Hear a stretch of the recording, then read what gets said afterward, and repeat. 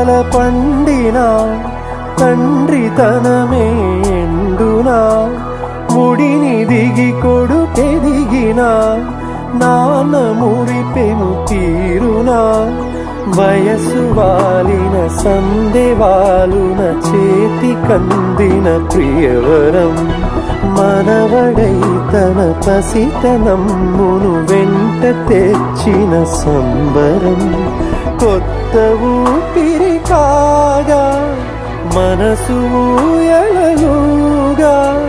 తరతరముల పాటు ఇంకని వంశధారగా మారి కడలిని కలియని జీవనదిగా పారుతుంది కదా